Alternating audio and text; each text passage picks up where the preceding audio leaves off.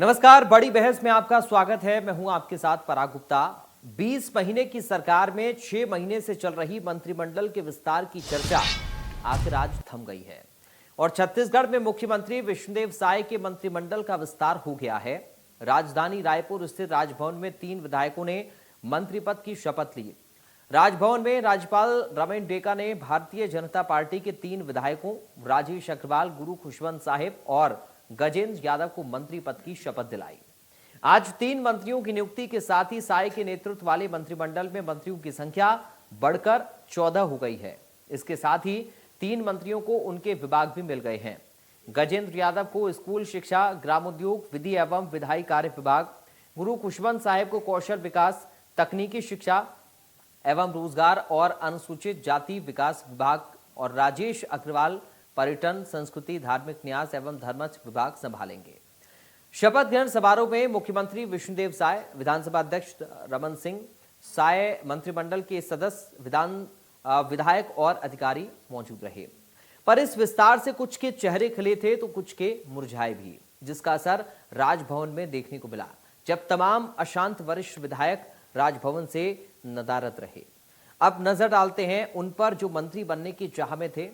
पहला नाम आता है कुरूद विधायक अजय चंद्राकर का, जो 5 बार से बीजेपी के विधायक हैं और रमन सिंह सरकार में 10 साल मंत्री रहे हैं। उधर पुन्नूलाल मोहिले का नाम भी शामिल है, जो कि 6 बार के विधायक हैं, 4 बार के लोकसभा सांसद और 10 साल मंत्री रहे हैं। ऐसे में तमाम नेता हैं जिनकी इच्छा थी कि वो मंत्री बने, लेकिन ऐसा नहीं हो पाया। आज इसी पर करेंगे चर्चा। पहले बयान सुनिए। ये छोटे स्तर की सोच नहीं है, बड़ी बातें हैं। संभाग स्तरीय सोच रखा गया है और संभाग स्तरीय कुछ नहीं, बढ़िया सरकार हमारी है, सहाय सरकार है। मोदी जी के नेतृत्व में हम प्रदेश के अंदर काम कर रहे हैं और आगे भी करेंगे। एक और चीज है, एक और रायपुर में 7 सीटें, उसके बावजूद रायपुर को खाली छोड़ दिया गया राजधानी। ऐसी कोई बात नहीं है, सरकार यही है, मुख्यमंत्री यही है, पूरा मंत्रिमंडल यही है, सब मिलकर के काम करेंगे, यही हमारी शुभकामना है। अब मीडिया वाले जो है चलाते रहते हैं, उनके कयास है सर, लेकिन सभी चर्चा चल रही थी सर, चर्चा चल रही थी आपके नाम को लेकर भी हुई थी राजभवन में और उसके बाद सर चर्चा चल रही। देखिए, राजभवन की प्रक्रिया दूसरी है। वो तो पार्टी और मुख्यमंत्री तय करते हैं, राज्यपाल शपथ कराते हैं। विभागों का बंटवारा भी हो गया है। अब देखिए, विष्णुदेव साय जो मुख्यमंत्री हैं, कई सारे विभाग वो भी संभाल रहे हैं। अरुण साहब उप मुख्यमंत्री के पास भी कई विभाग मौजूद हैं। विजय शर्मा उप मुख्यमंत्री हैं, चूंकि 2 डिप्टी सीएम प्रदेश में हैं, उनके पास भी विभागों की जिम्मेदारी है। रामविचार नेता मंत्री हैं, उनके पास भी कई विभाग वो संभाल रहे हैं। अब जो 3 मंत्री नए बने हैं, उनको भी उनके विभाग सौंप दिए गए हैं। अब वो अपनी नई जिम्मेदारी को आगे उसका निर्वहन करेंगे। हमारे साथ 2 खास मेहमान जुड़ गए हैं, आपको परिचय करा दें। पूर्व विधायक हैं भारतीय जनता पार्टी से डॉक्टर विमल चोपड़ा। विमल चोपड़ा जी, आपका स्वागत है। कांग्रेस पार्टी से प्रवक्ता अजय गंगवानी हैं। अजय गंगवानी जी, आपका स्वागत है। डॉक्टर विमल चोपड़ा, शुरुआत में आपके साथ कर रहा हूं सर। 3 नए चेहरे तो मिले मंत्रिमंडल को, लेकिन कुछ पुराने दिग्गज मायूस भी हुए हैं क्या? पहला रिएक्शन सर आपका आज की चर्चा में, विमल जी। नहीं, देखिए, ऐसा है, राजेश मूणत जी का भी वक्तव्य सुना आपने, अमर अग्रवाल जी का भी सुना। ये भारतीय जनता पार्टी है, यहाँ सबको बराबर का सम्मान है, सबसे पूछ करके जो है काम किए जाते हैं और एक सामूहिक नेतृत्व जो है वो भारतीय जनता पार्टी की एक अपनी संस्कृति रही है। तो इसलिए जैसा भी मंत्रिमंडल बना है उस पर बहुत सोच विचार विमर्श के बाद जो है वो भारतीय जनता पार्टी ने निर्णय लिया है और सबका सम्मान बरकरार है, सबके काम होते हैं, लेकिन चेहरे ऐसा है कि सामने रखने पड़ते हैं। कोई मंत्री बन गया तो ऐसा नहीं कि वो कोई अलग हो गया भारतीय जनता पार्टी में, क्योंकि ये एक जिम्मेदारी सबको देनी पड़ती है, इसलिए दी जाती है। लेकिन हमारे मंत्री सबका काम करते हैं, सबसे मिलकर के काम करते हैं और सबके काम का वो ध्यान रखते हैं। इसलिए कोई मंत्री बना या ना बना, कोई विधायक बना या ना बना, वो सामान्य कार्यकर्ता भी है भारतीय जनता पार्टी में, उसकी पूछ परख है और वो भी हमारे मंत्री के बराबर है और मंत्री के यहाँ जाकर के अपनी बात रखता है और मंत्री उसका प्रशासन के माध्यम से जो है हल निकालता है। इस प्रकार की कार्य पद्धति जो है ये भारतीय जनता पार्टी की है। जी ठीक है सर। अजय गंगवानी जी, आप लोग बड़ा इंतजार कर रहे थे सर, 20 महीने हो गए हैं, 6 महीने से इंतजार हो रहा है। अब देखिए आखिरकार पटाक्षेप हो ही गया पूरे मामले का, 3 मंत्री मिल गए मंत्रिमंडल को। अब किसी तरह की कोई दिक्कत तो नहीं है सर? और आगे देखिए, इंतजार तो हमसे ज्यादा इनके वरिष्ठ नेता लगातार कर रहे थे। आज लगातार बेचारे कुर्ते जैकेट सिलवा के तैयारी करते थे। मैं तो खुद 6वीं 7वीं बार डिबेट पे बैठ रहा हूँ कि बस अब घोषित होने वाला है, मंत्रिमंडल अब घोषित होने वाला है, अब इंतजार पूरा होगा, अब लाठी लगने वाली भाजपा के वरिष्ठ नेताओं की। चलो तारीख पे तारीख, तारीख पे तारीख, तारीख पे तारीख, अंत में वो तारीख तो आ गई। लेकिन महत्वपूर्ण बात है, आपने बहुत अच्छा प्रश्न भारतीय जनता पार्टी के प्रवक्ता विमल चोपड़ा जी, जो भाजपा के वरिष्ठ नेता, सीधा प्रश्न पूछा कि जो वरिष्ठ नेता हैं क्या वो नाराज हैं, क्या इस मंत्रिमंडल का जो विस्तार हुआ क्या उससे संतुष्ट हैं? बहुत सफाई से उन्होंने बचाने का प्रयास किया। मैं तो पूछना चाहता हूँ, विमल चोपड़ा जी बता दें, अमर अग्रवाल जो 15 साल के मंत्री 4 बार के विधायक, अजय चंद्राकर 10 साल के मंत्री 5 बार के विधायक, राजेश मूणत 15 साल के मंत्री 4 बार के विधायक, धर्मलाल कौशिक जो विधानसभा अध्यक्ष रहे, नेता प्रतिपक्ष रहे, 2 बार भाजपा प्रदेश अध्यक्ष की भूमिका निभाई, पुन्नूलाल मोहिले 6 बार के विधायक, 15 साल के मंत्री, रेणुका सिंह जो केंद्रीय मंत्री भी रह चुकी, राज्य मंत्री रह चुकी हैं, लतराव सेंडी जो राष्ट्रीय उपाध्यक्ष मंत्री रह चुकी हैं, विक्रम उसेंडी जो बस्तर के कदावर आदिवासी नेता जो न केवल मंत्री रहे, सांसद रहे, भाजपा के प्रदेश अध्यक्ष रहे। अभी और लंबी लिस्ट है, पूरी डिबेट खत्म हो जाएगी। पराग जी कह रहे, ये चाह रहा हूँ, ये सारे 7 से 8 लोग नाम गिना दिए जो बेचारे पूरी जिंदगी समर्पित रहे, पार्टी के लिए ईमानदारी से काम किया, 15 साल मंत्रालय की जिम्मेदारी निभाई, प्रासंगिक अनुभव था। मैं तो पूछना चाहता हूँ, इस सारे वरिष्ठ नेताओं को साइडलाइन करके इन लंगड़े घोड़े मानते हैं क्या? इनको क्या मार्गदर्शक मंडल में शामिल करने का प्रयास है? पराग जी, कुछ दिन पहले संगठन की सीधे जी ने लिस्ट घोषित की, उसमें भी कोई वरिष्ठ नेता नहीं है, चाहे सारे नेताओं के नाम लिया, किसी को कोई जिम्मेदारी नहीं। अजय चंद्राकर तेज तर्रार नेता जो मुख्य प्रवक्ता की भूमिका में थे, संगठन से बाहर का रास्ता। रवि भौर जो भाजपा युवा मोर्चा के अध्यक्ष, बेचारे जो घोटाले की बात करते, डीएमएफ के CSR फंड की, पूरा संगठन से बाहर। तो दिख रहा है कि किस प्रकार से खुशामद करने वाले, चापलूसी करने वाले, जो कठपुतली की तरह काम कर सके, ऐसे लोगों को मंत्री पद बनाया जा रहा है। अभी तो असंतोष खोल के बाहर आएगा। लेकिन अजय जी आप नए वालों को भी तो मौका मिलना चाहिए ना सर, पुराने कब तक संभालेंगे? बहुत अच्छा प्रश्न। अरे कितना संभालेंगे सर? इतना देखिए, आप खुद बता रहे हैं कि 30 साल से विधायक हैं, लगातार जीत रहे हैं, मंत्री बन गए, 10 15 साल सांसद बन गए। अब दूसरे लोगों को भी मौका मिलने दीजिए, अब उनको थोड़ा आराम करने दीजिए सर। पराग जी, मैं बहुत अच्छा जवाब दूंगा आपके प्रश्न का। बहुत आपके लोकप्रिय चैनल इंडिया न्यूज बहुत शौक से देखते हैं। मैं पूछना चाहता हूँ पराग जी, आप वरिष्ठ पत्रकार हैं, कोई भी संगठन हो, राजनीतिक दल हो या कोई संस्था हो, उसमें युवाओं का जोश और उत्साह प्लस जो सीनियर नेता उनका अनुभव और कुशलता और मार्गदर्शन, जब इनका कॉम्बिनेशन आता है ना, तो कार्यप्रणाली बेहतर होती है, जनता के लिए बेहतर काम होता है। जो सीनियर नेता, मैं तो स्पष्ट कहना चाह रहा हूँ, आप युवाओं को मौका दीजिए ना। आज मैं आपको वर्तमान आंकड़े दूं, जो नए 3 मंत्री बने हैं, कुल मिला के 14 लोग हैं, मुख्यमंत्री को छोड़ दीजिए, 3 पुराने मंत्री है और 10 नए, मतलब 80% आप नए लोगों को मौका दे रहे हैं और मात्र 20%। ये रेशो का संतुलन है। दूसरी एक महत्वपूर्ण बात कह दूं पराग जी, एक क्षेत्रीय संतुलन की बात आ रही थी। इतने आज रायपुर में जो है टोटल 5 संभाग है, सबसे बड़ा संभाग है बिलासपुर संभाग, जहां 24 विधानसभा सीटें हैं, मात्र 3 मंत्री। मैं तो पूछना चाहता हूँ, सरगुजा संभाग जहां मात्र 14 विधानसभा सीटें हैं, ऑलरेडी 4 मंत्री हैं, 5वां मंत्री राजेश अग्रवाल को वहीं से क्यों बनाया जा रहा है? क्या इस क्षेत्रीय संतुलन के साथ? दूसरी महत्वपूर्ण बस्तर संभाग, जहां 32% आदिवासी हैं, 1/3 जो छतरे की जनसंख्या है वो आदिवासी वर्ग से है, मात्र एक जो है बस्तर से मंत्री बनाया गया, दूसरे को मौका क्यों नहीं दे रहे हैं? रायपुर जिला जहां 700 सीटें भाजपा के 7 विधायक है, रायपुर सीट से कोई पद नहीं। जो राजधानी, वो पूछा भी था, हमारे ब्यूरो चीफ दीपक शर्मा ने पूछा भी था जी। नहीं, मैं वही कह रहा हूँ पराग जी, ये जो प्रश्न है ना, दीपक विश्वकर्मा के बाद एक सक्रिय जो है आम आदमी, सारे लोग ये जानना चाहते हैं। ठीक है, लेकिन देखिए, मुझे अगर मैं, ठीक है, मैं अगर अभी हम वर्जन भी सुन रहे थे, बीजेपी के नेता ने कहा था कि साहब यहाँ तो पूरी सरकार है, रायपुर में तो पूरी सरकार बैठी हुई है।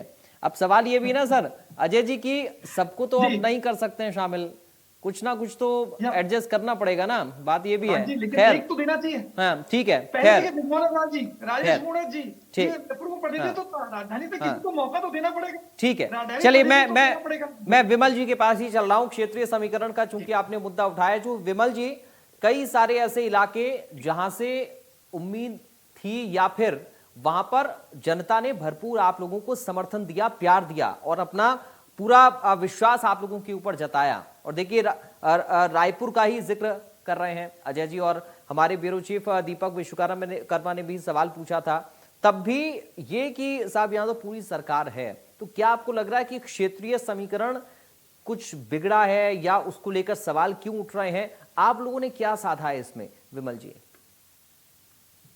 ये देखिए, ऐसा है, भारतीय जनता पार्टी की अपनी एक शैली है कार्य करने के। और मैं तो ये कहना चाहूंगा कि कांग्रेस को कुछ सीखना चाहिए और अपनी पार्टी को उबारना चाहिए। देखिए, आज नरेंद्र मोदी जी प्रधानमंत्री हैं। जब पहली बार वो प्रधानमंत्री बने, बहुत सारे सीनियर नेता भाजपा के थे, लेकिन भारतीय जनता पार्टी ने उनको प्रधानमंत्री बनाया और उनके कुशल नेतृत्व में 3 बार देश के इतिहास में पहली बार यानी कांग्रेस को छोड़ करके किसी की सरकार बनी। नरेंद्र मोदी जी भी नए हमारे प्रधानमंत्री बने, पहली बार थे, केंद्र में सरकार में आए थे, लेकिन उन्होंने कुशलतापूर्वक काम किया। 2003 में जब चुनाव हुआ और भारतीय जनता पार्टी की सरकार बनी, तो आज जिनके नाम गिना रहे हैं, अमर अग्रवाल जी हो, चाहे ब्रिजमोहन अग्रवाल जी हो, चाहे अजय चंद्राकर जी हो, चाहे राजेश मूणत जी हो, ये पहली बार मंत्री बने थे और इनको अनुभव नहीं था, लेकिन इन्होंने ऐसी बैटिंग की कि 3 बार 15 साल तक कांग्रेस नहीं आने पाई। तो ऐसा नहीं है कि नए लोग काम नहीं कर सकते। उस समय वो नए थे, आज ये नए हैं, इनको भी अनुभव मिलेगा और ये भी काम करेंगे और बढ़िया काम कर रहे हैं। और जहां तक हमको सब प्रकार का संतुलन बनाना है, उसमें क्षेत्रीय भी होता है, जातिगत भी होता है और बहुत सारी चीजें होती है। कांग्रेस के समय आप देखेंगे तो दुर्ग जिले से कितने मंत्री थे, देख लेंगे आप, शायद इतिहास में उतने मंत्री किसी जिले से नहीं रहे होंगे। तब कहां था उनका संतुलन? उसमें भी नए मंत्री थे।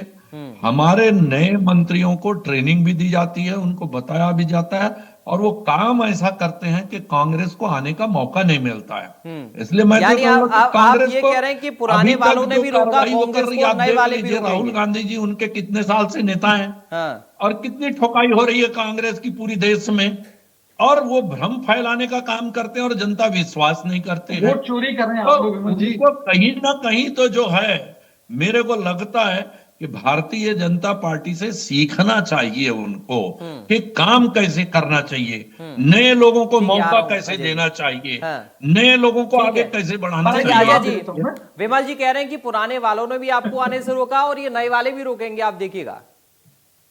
देखिए, मैं तो मुस्कुराहट आ रही मेरी बातें सुन के कि पूरी छाती ठोक के, सीना तान के कह रहे हैं कि सारे सीनियर नेता को निकाल के बाहर फेंक देंगे।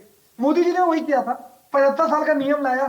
मुरली मनोहर जोशी जी, आडवाणी जी, जो लगातार भाजपा संगठन को खड़ा करने में, पूरे देश में स्थापित करने लेकिन में, फिर अगर नहीं अजय जी एक मिनट, एक बात मुझे याद आ गई आपकी इस बात पर। अगर आप ये उदाहरण दे रहे हैं तो फिर विमल जी की बात तो सही साबित हो गई। केंद्र में तो लगातार बीजेपी आ रही है सत्ता में, तो क्या प्रदेश में भी यही होगा फिर नए वालों को लाकर? नहीं, देखिए, ये तो मुंगेरी लाल के हसीन सपने देख लें, वो तो दिख रहा है ना आज पूरे देश में कैसे अभियान चल रहा है, किस प्रकार से चुनाव की मदद से वोट चोरी करके, लोकतंत्र की हत्या करके ये सरकार बना रहे। मैं एक चीज पूछना चाहता हूँ, जनता सड़कों पे गंगवानी जी, एक ही जवाब दीजिए। सुन लीजिए, मैं वोट चोरी क्या होती है? वोट चोरी क्या होती है? वोट चोरी किसको कहते हैं, ये बता दें। देख लीजिए, राहुल जी की मैं भेज देता हूँ आपको। नहीं, मैं राहुल जी की भी देखा हूँ। 1 लाख वोटों की चोरी महादेवपुरा सीट से की, पूरी तथ्यों के साथ, सबूत के साथ दिया गया। ठीक है, मुद्दों को डायवर्ट मत करिए, इस पर कभी चर्चा कर लेंगे। ये दिख रहा है किस प्रकार से वोट चोरी समझ नहीं आती के माध्यम से आपको। चुनाव आयोग की प्रेस कॉन्फ्रेंस देखना चाहिए, जिसमें मतदाता सूची और मतदान के अंदर उन्होंने बता दिया है। चोपड़ा जी, आज शांति से सुन लीजिए मेरी बात, अपनी बारी बात। ठीक है, चलिए अजय जी कंप्लीट कर लें, फिर मैं आ रहा हूं चोपड़ा साहब आपके पास। अजय जी बोलिए। देखिए, पराग की बहुत महत्वपूर्ण बात है, युवाओं का जोश और उत्साह प्लस सीनियर नेताओं का अनुभव और मार्गदर्शन ही बहुत जरूरी है। आज ये जो बातें कर रहे हैं, जो बेचारे अजय चंद्राकर जी, अमर अग्रवाल जी, राजेश मूणत जी, धर्मलाल कौशिक, पुन्नूलाल मोइले, ये सारे सुन रहे होंगे ना, तो ये कोई भी व्यक्ति जो विमल चोपड़ा जी की बात से सहमत नहीं होगा। दूसरी महत्वपूर्ण बात मैं कह रहा हूं, आज ये कांग्रेस मुक्त भारत का सपना देखते हैं। हमारे लोग, हमारे कांग्रेस से जो दो नेता गए हैं, चाहे वो खुशवंत साहब जी हो या फिर अग्रवाल जी हो, दोनों के दोनों हमारे कांग्रेस से गए हैं। मतलब इस बात को स्वीकार करें विमल जी कि भाजपा में कोई ऐसा नेता नहीं है जो नेतृत्व कर सके। हमारे दो नेताओं को अपने शामिल करके आप उनको मंत्री पद का दायित्व देते हैं, तो भाजपा के बेचारे अब बड़ा प्यार आ रहा है गंगवानी जी अपने नेताओं पर, आपको अब बड़ा प्यार आ रहा दोनों पर। पहले जब छोड़ के जा रहे थे तब तो आपने रोका नहीं, बताइए। ये तो मैं तो वही कहना चाह रहा हूँ, ये भारतीय जनता पार्टी का चरित्र है। ईडी आईटी सीबीआई का दुरुपयोग करते हैं, प्रेशर पॉलिटिक्स करते हैं, उसको अपने दल में शामिल करके आज उसको महती जी में। चलिए विमल जी जवाब देना चाह रहे हैं, ठीक है। हेमंत बिस्वा शर्मा हमारी कांग्रेस पार्टी जाते हैं, ज्योतिरादित्य सिंधिया आज वो केंद्रीय मंत्री का दायित्व दिखा रहे हैं। तो ये कांग्रेस मुक्त भारत के जो सपना देखते हैं, अब जो है कांग्रेस युक्त भाजपा हो चुकी है। ये पूरा मंत्रिमंडल जो है वो शायद सरकार का कांग्रेस युक्त मंत्रिमंडल है। ठीक है, विमल चोपड़ा जी बोलिए सर।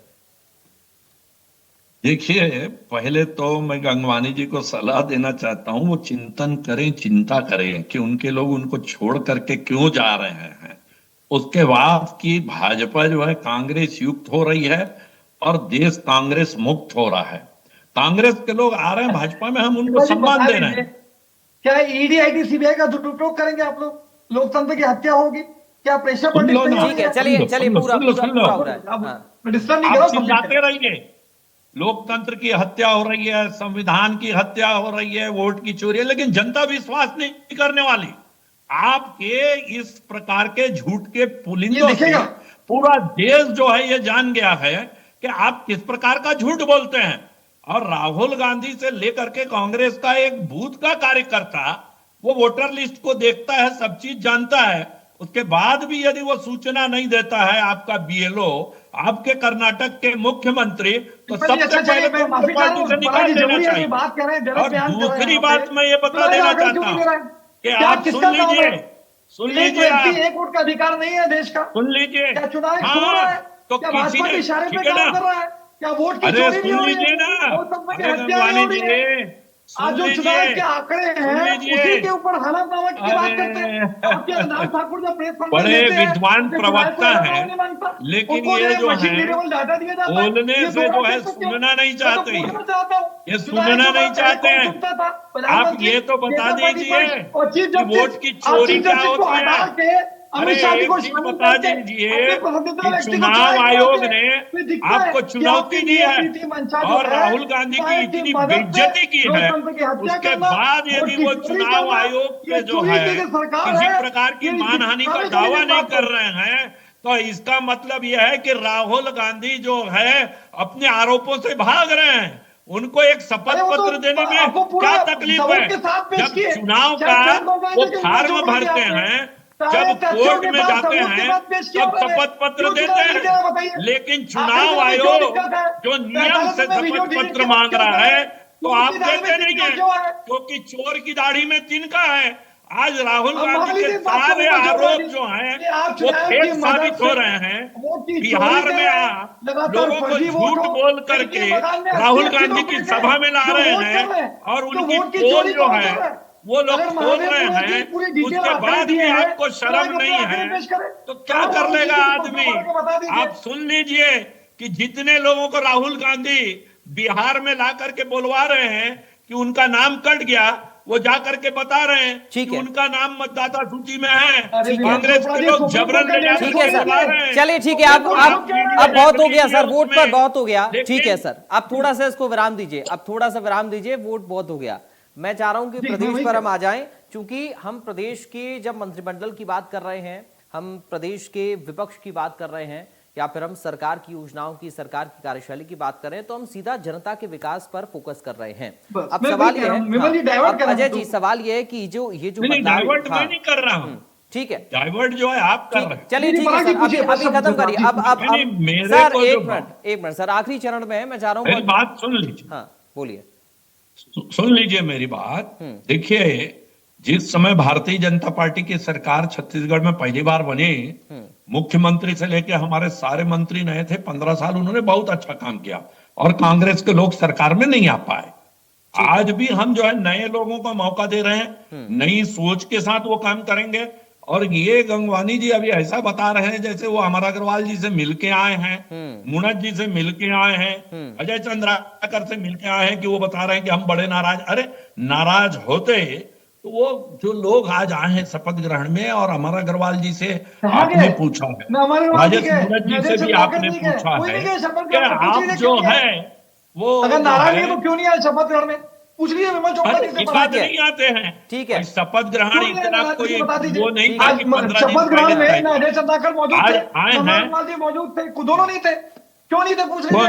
अगर नाराज नहीं है तो खुशी खुशी पहुंच जाते वहां पे, क्यों नहीं वहां? अरे बिल्कुल, अरे उनका वक्तव्य सुना है आपने, उनकी नाराजगी क्या उन्होंने बताई? नहीं अजय जी, एक मिनट रुकिए। विमल जी, विजय, विमल जी, अजय जी थोड़ा सा रुकिए, अब थोड़ा सा आप लोग रुकिए सर, थोड़ा सा आप लोग रुकिए। अजय जी, अब नहीं आने का मतलब तो सबका नहीं आने का मतलब ये थोड़ा वो सब नाराज होंगे, बताइए, यही तो कह रहे हैं विमल जी। पराग जी, मैं एक छोटा सा, देखिए आप बहुत ऐसे तो बहुत सारे नेता हैं सर, सबका आना जरूरी है क्या? मुझे नहीं मिलेगा और मैं नहीं जा रहा, उसका क्या मतलब है? हाँ ठीक है, चलिए अच्छा, चलिए अब